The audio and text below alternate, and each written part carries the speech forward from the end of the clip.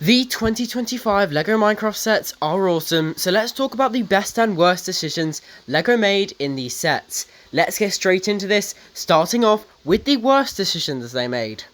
So, my first complaint would probably be the fact that there are already two mob houses. Now, mob houses have been a big thing in LEGO Minecraft. They're everywhere. The pig house, the fox lodge, they're everywhere. In this wave, we have the baby pig house and the mushroom house. Now, I think the way that they've made these more appealing is that they've added the newest minifigures to those two sets, so they'll get more sales. Now, this can be kind of annoying for those who are trying to collect those new minifigures because they may not really like the set that they come in, since it's not the most good looking and it doesn't really relate that much to Minecraft.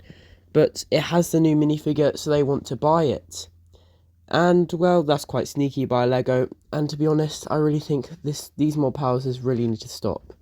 They are quite annoying, quite an eyesore, and at least with the baby pig house, they made it a bit smaller, so it's not as noticeable. The mushroom house is just really large.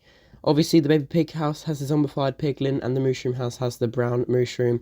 Both new minifigures this year, and that's why they have more appeal than some other sets, although the sets themselves aren't really amazing. And this one may be a bit controversial, but making the breeze so early. I feel like this same thing happened with the Warden in 2023. They've made the breeze too early. They've rushed it. They haven't fully thought out all of the printing, the everything, the graphic designing wasn't fully thought out, since there are parts missing from it. Obviously, the eyebrows, I've talked about this already. Yeah, there's parts which just should be there that aren't, and a couple of people in my comments aren't very happy about it. And that is fair enough. I feel like they've rushed two things now, being the Deep Dark and the Trial Chambers. And let's be honest, we're missing the Bogged. And I think if they'd given themselves just a bit more time, they may have been able to make the Bogged in a Lego form, as well as having the breeze, and that would have been amazing, instead of just having skeletons and a breeze. Although we are quite happy to get Trial Chamber set, I just really hope we get some later sets to improve on these few problems that they have with these sets. Another thing is the size of the sets. Now, this goes both ways. First of all, I'll tell you the positive side. Yes, it means you can get so many other new minifigures for cheaper prices. But on the other hand, most of the sets are extremely small, so it's not going to appeal to as many people if they want a larger, more enjoyable build. That can be quite annoying for some if they wanted a larger build that takes longer, but it can be great for others who don't have a lot of money and want to buy a nice minifigure selection or a good set.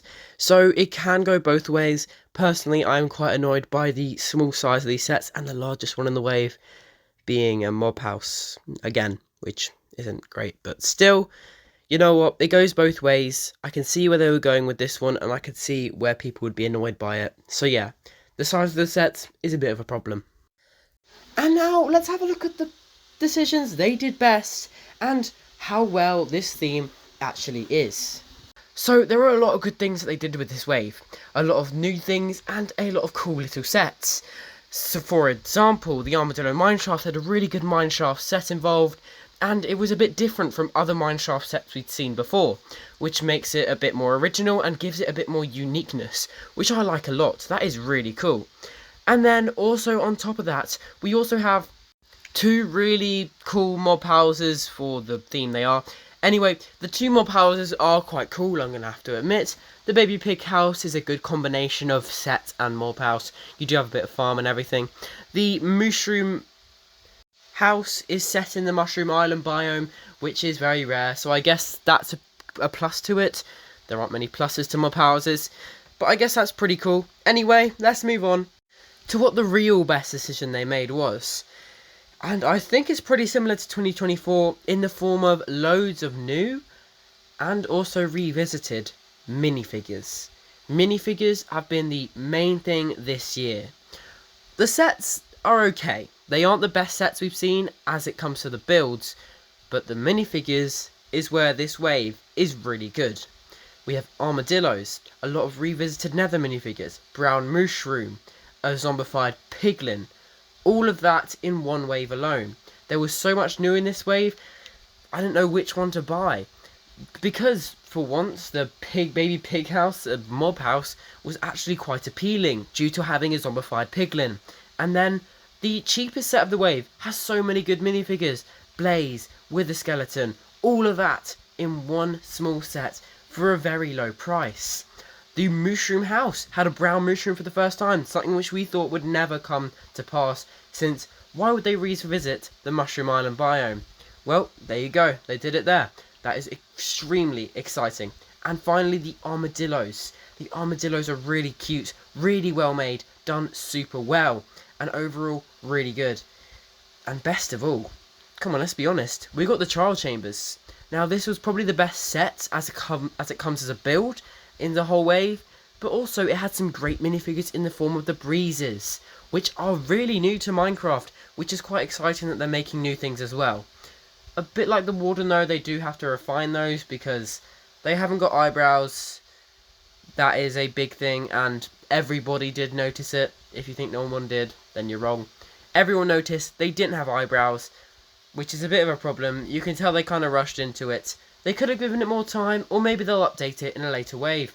Speaking of updating, they are going to be updating the Warden, hopefully, this year. We have a Warden Encounter set, which is rumoured to be coming out. So, there you go. They're also going to be improving on old, problematic minifigures, which is just awesome.